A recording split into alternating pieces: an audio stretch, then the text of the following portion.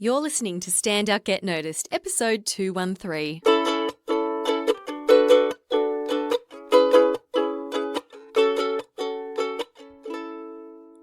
Hi there, Rockstar, and welcome to Stand Out Get Noticed. I'm Christina Canters of The C Method, where I help high-performing professionals and business leaders to build powerful communication skills. If this is your first time tuning into the podcast, then welcome. We cover all sorts of topics related to communication, including how to build confidence in the workplace, public speaking, networking, leadership skills, and it's all around helping you to become a better human and to feel good about the success that you have as well, because that's important. Now, today's podcast is all about how to make friends with your inner critic. Oh, this is a big topic. It's something that I love working through with my clients because it affects all of us. What is the inner critic? It is that little voice that we all have that lives inside our head and finds great joy in telling us that we're not good enough. Or it just delights in telling us really mean things about ourselves. You know, we've all experienced this. Have you ever had a thought, right? an idea pop into your head where you've gone, oh, I'm excited about that, or that would be fun. That would be awesome. Oh, I wonder if I could do that. That would really, that would be, take me next level. I would love to do this. And then another voice pops into your head saying, you're not qualified enough for the role. Look at this person. You're boring them. Quick, think of something intelligent to say, you idiot. People will laugh at me. I have nothing important to say. You look fat in those pants. You need more education to do that. Don't mess up. They're going to think you're incompetent. What makes you think you can work full-time and be a great mother? You can't afford a vacation. You have a mortgage. So all of these things that we hear, and for you, it might be different. It might be similar. They might show up in different areas of your life. But that, my friend, is your inner critic speaking. Maybe you've heard it referred to before as your inner chatter, the voice of self-doubt, maybe the evil shoulder angel. One of my favorite movies is, it's a cartoon. It's my favorite. It's called The Emperor's New Groove. And in it, there's a character, he's called Kronk, and he's not the smartest of guys. He's like the henchman, the evil henchman, but he's good inside. But he has a shoulder angel and a shoulder devil, and his shoulder devil will say, mean things to him. You can't do this. Look at that person, and then the shoulder angel will, try to be the nice voice. And I really love how they personified these two different voices going on in his head. So maybe you do see it as the evil angel. I don't know. Now, sometimes this inner voice, it speaks very softly in the background. Sometimes it's very, very loud, and it might be louder in different areas of our lives, whether that's at work, in social situations, in our intimate relationships with our families. Our inner critic is often harsh and mean and repetitive. And, often it's been with us our whole lives to the point where we may not even notice it anymore. But it is incredibly destructive to us. It makes us doubt ourselves to the point where we shut down, we stay silent, we don't take action, maybe we run away, or we fight and we argue. Now, if we don't manage our inner critic properly, it holds us back. And it holds us back. I read this great book recently. It's called Playing Big by Tara Moore, and she describes it as playing big. She says your inner critic will hold you back from playing big. And she believes this is such an important topic. She talks about the inner critic in the very first chapter of the book. So in this podcast, I thought I would talk about how we can make friends with our inner critic. Now, if you Google inner critic, you will find articles titled How to Silence Your Inner Critic, How to Stop Your Inner Critic, How to Overcome Your Inner Critic. Now, I don't believe that we should be trying to stop or overcome this inner voice because in reality, it will always be there. So what I'm suggesting instead is to make friends with your inner critic. And that's what we're talking about today. My goal for this episode for you is to help you shift your mindset around your inner critic and see it as something that you can make friends with and to build a relationship with it that will serve you. Does that sound good? Okay, if you're still with me, let's do it. Show notes for this episode will be at thecmethod.com/213. Okay, firstly, before we get into the, how do we make friends with it, I want to share some big ideas with you to help you understand the inner critic a little better. Because when we can understand something, we can then work to make changes and feel more confident doing so. For example, I used to be clueless about money. It was this, overwhelming, unknown thing. I had no idea about investing or shares or anything like that. So I set out to educate myself. I read books, I listened to podcasts, I talked to people who knew about it. And as I began to understand it, I was then able to take action and I felt more confident in taking those actions. So let's learn to understand our inner critic. The first thing you need to know is that your inner critic is there to keep you safe. Doing anything new or putting ourselves out there is going to create these feelings of unease. It's unknown. And what happens is our inner critic tries to keep us safe from rejection and criticism. I'm writing a book at the moment, and my inner critic has definitely been ramping up. I get this voice saying, you're not as good as this other author. Your ideas aren't unique, Christina. This has already been done. Oh, look at your writing. It is horrendous. So this is the voice I'm getting. Now, what's going on for my inner critic is that if I release this book, it makes me vulnerable. I'm putting my own thoughts, my own opinions out there to the world. And if I release this book, it opens me up to being criticized or rejected, which is then going to impact my self-worth, and I'm going to feel terrible about myself. So that's what my inner critic is thinking.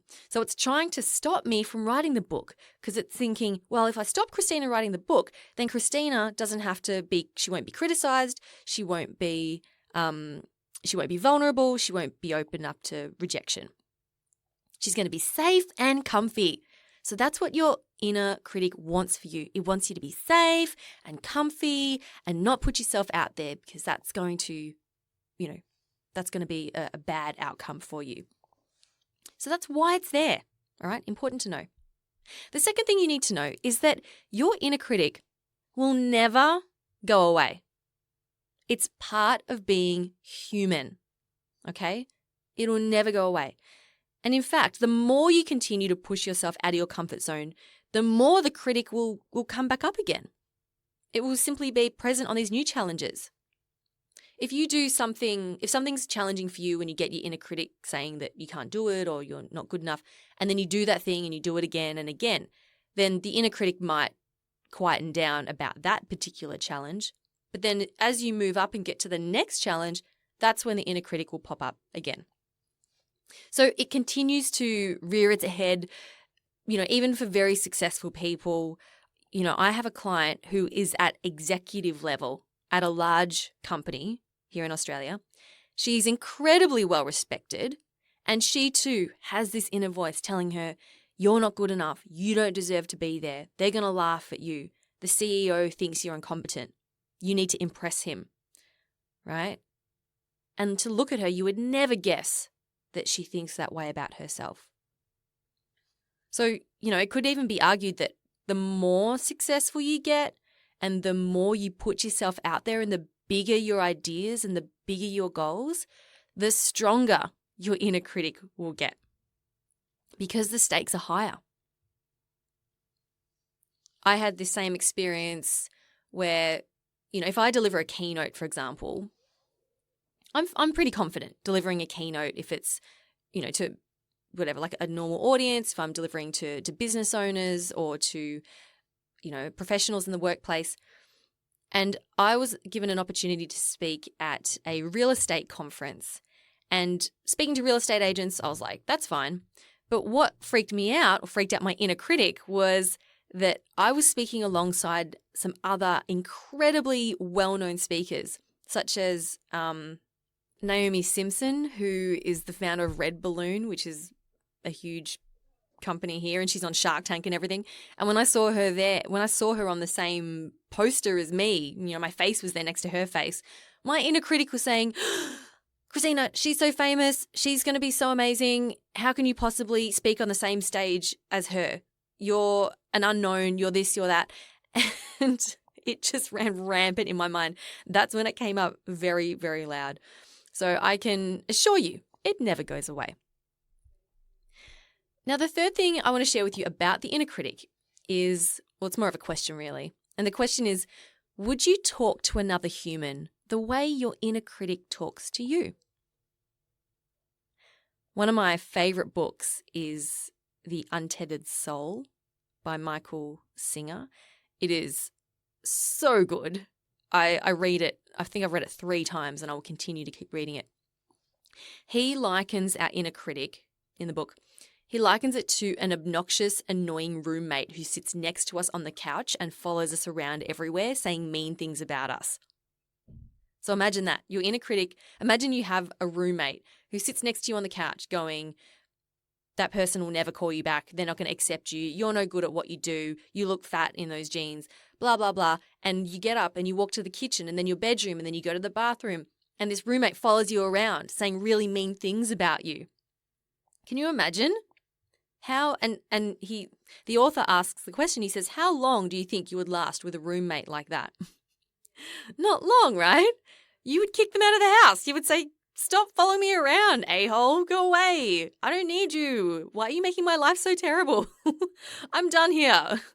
I'm finding a new roommate. You wouldn't put up with a mean and harsh roommate, would you? Yet many of us have an inner critic living inside our heads, telling us awfully mean things all the time. So I want you to think about, if your inner critic was a real person, would you want to hang out with them? Probably not. So it's time to do something about that inner critic.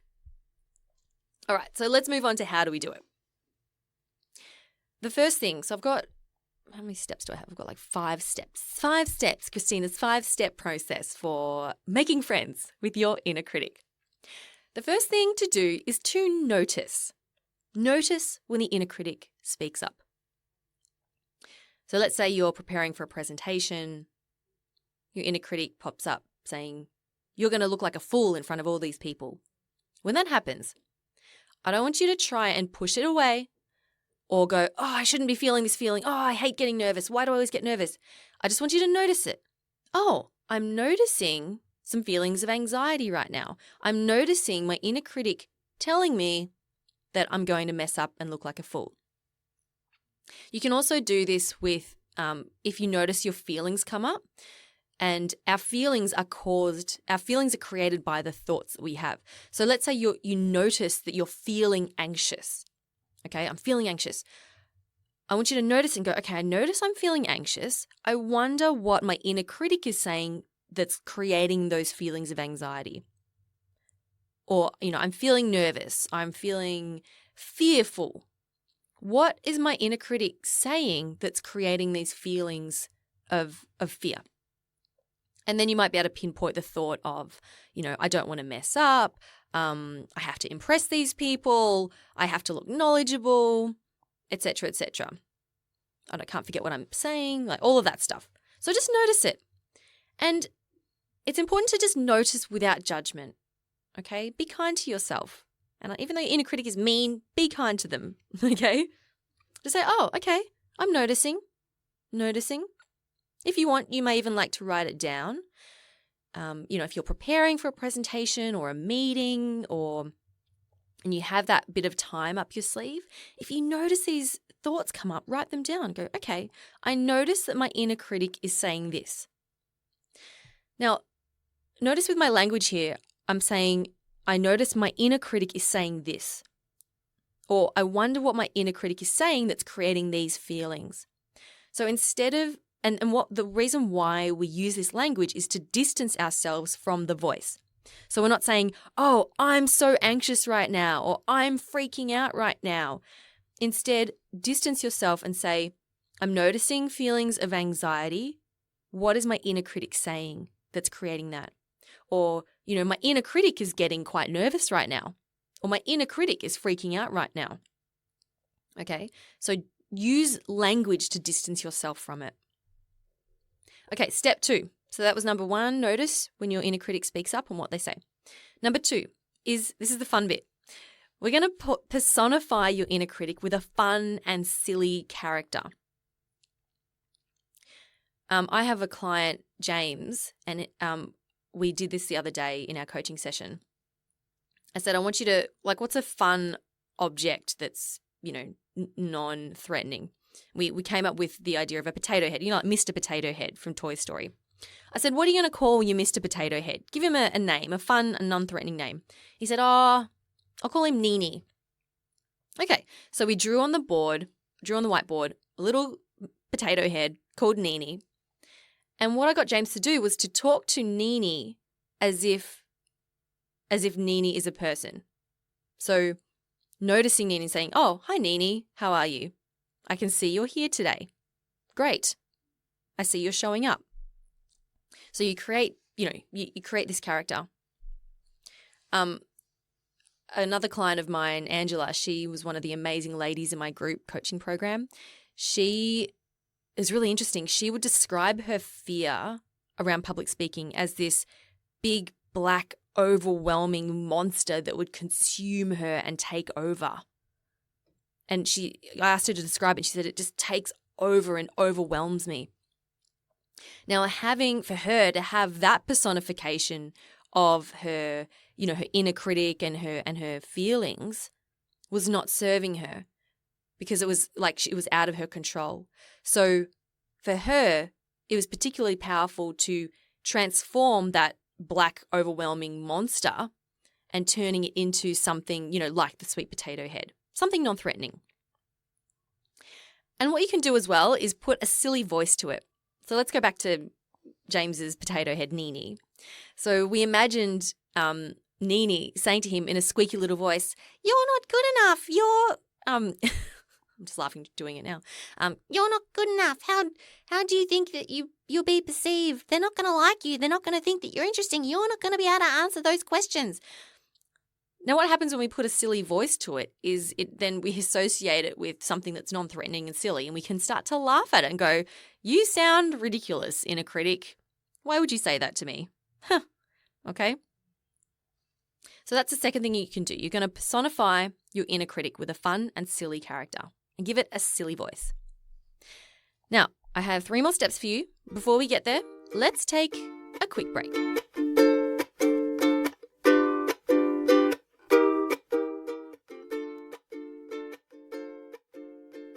Hey Rockstar, are you a passionate, driven leader and you want to take your leadership and career to the next level? I'm guessing you might be because you're listening to this podcast.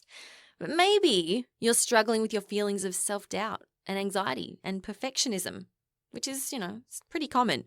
Perhaps you've reached a high point in your career, you've taken on challenging new responsibilities and you're leading a team, but you feel like you've been thrown in the deep end and you're concerned with how you're being perceived in the role.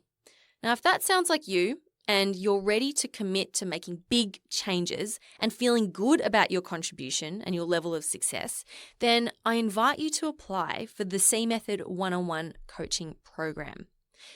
Now, you may have heard me talk about my group programs before on the podcast. Now, my one-on-one programs are for women and men who want personalized coaching specific to their individual needs, and who want to work closely with a coach who will support, mentor, and lead them on an accelerated path of development. This is not for you if you want just a couple of coaching sessions. That's not the type of work I do. This is for you if you have a long-term approach to developing your confidence, communication, and leadership skills. And also, you know that these skills are key to your overall success and happiness. The way that I work, I go for long-term results, not a quick fix. I don't do quick fix and tips and tricks. It's an ongoing development. So if that sounds like you, I invite you to apply for the program. We will set up a discovery call where we will explore if working together is a good fit for us. The discovery call is free and there is no obligation to sign up for anything. Not at all. To apply, go to thecmethod.com/coaching. The link is also in the description of this podcast app. That's thecmethod.com business/coaching.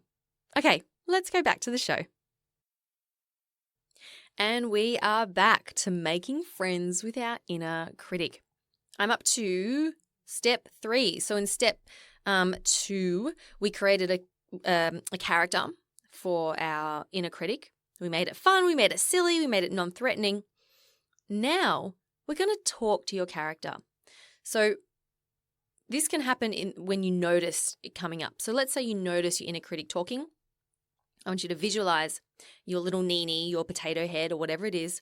You might and see where it is, where it is on your body. Is it in front of you? Is it beside you? Is it on your shoulder? Is it right in your face? And I want you to talk to it. So address it like it's another person. And it's important to use humor and fun with this. So you say, "Oh, hi there, Nini. How are you? I see you've popped up today. Fancy that? Okay, that's all right. Hello, welcome."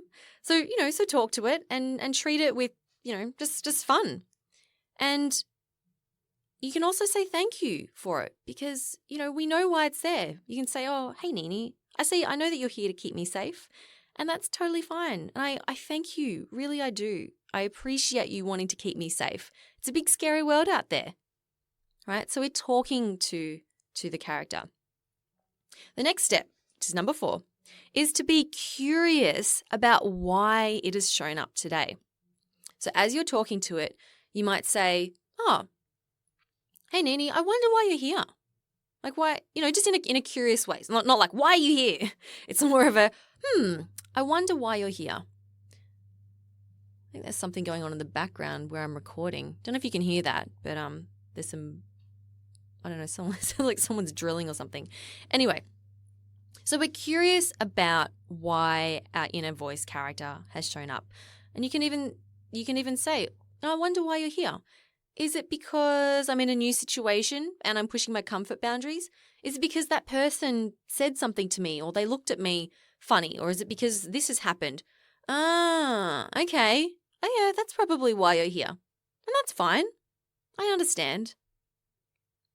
So you can see we're being a bit playful with it. We're being curious. We're not being judgmental about it. We're not saying, "Ugh, Nini, why are you here? Go away. I don't want you here. Just stop it. Stop it already. You're so mean. I hate you." All right? We're not doing that. We want to be kind, compassionate, and curious. Now, then step 5, moving on to the last step, is in your mind, maybe you can start to move your character further away or turn the volume down. So let's say Nini is right on your shoulder, in your face, and you're looking at, and you're like, "Ugh, why you, here you are on my shoulder." So you go, "Okay, hi, Nini. I see you're on my shoulder. Would you mind just moving away a little bit? Like maybe just down my arm. It's okay. You can still, I don't want you gone completely. Just hang out. But I got this. I can handle this." All right. And then tell your inner critic character that you got this and you appreciate them being there. But, and they can sit in the background. They can just sit there and that's fine. But, we got this. We don't need you loud and in our face. So doing this visualization will really help. This is actually an NLP technique that gets used where we create an image in our mind and we can actually make it black and white. We can shrink the image, we can move it further away, and that can reduce the impact of the problem or whatever it is that is disturbing us. So if your voice seems very loud to you, if your inner critic character seems very big and in your face and very bright and colorful, you can try to make it black and white. It's okay, you're black and white now. You're getting smaller and I'm moving you further away. You don't have to get rid of them completely, but just move them further away. And then when we do that, if you can repeat those steps while you're in the moment, then that's absolutely amazing. All right? So that's what we're aiming for. So and of course the first step is to always just notice. Just notice. If that's as far as you get, then that's great. Just notice. And then as you become more practiced with noticing and you can notice it very quickly or you can pinpoint it very quickly, then you can move on to the next steps into personifying it. So to quickly recap, first is to notice when the inner critic speaks up. Just notice, no judgment. Number 2, personify your inner critic with a fun and silly character. Give it a name. Number 3, talk to your character and use humor and fun. Number 4 is to be curious about why it's shown up today. Just be curious. And number 5, use your mind to in your mind, move it further away, make it black and white, make it smaller, and just gently move it, make it smaller, and so it's less, obtrusive and in your face.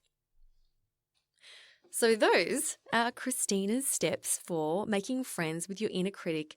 And of course, that is key. We're making friends with it here. We're not trying to beat it down or remove it completely or hate on it or whatever. We're there to make friends with it.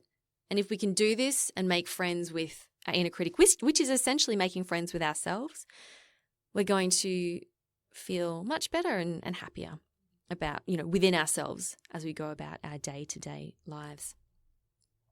So I hope that has been of use for you and has inspired you somewhat to start being a little bit kinder to yourself and your inner critic. Show notes will be at thecmethod.com/213. And if you have a friend or a colleague or someone who you feel would really benefit from hearing this podcast, then please do share it with them. I want to be able to help as many people as possible, and you sharing that will absolutely contribute to that. And finally, a reminder for to apply for the coaching program, the one-on-one coaching program, if you're ready to make big changes in your career and leadership, if you want to take it to the next level and you're ready to be supported and mentored with myself. And that brings us to the end of this week's episode. Keep on being awesome, Rockstar. I'm Christina Canters, and this has been Stand Out, Get Noticed.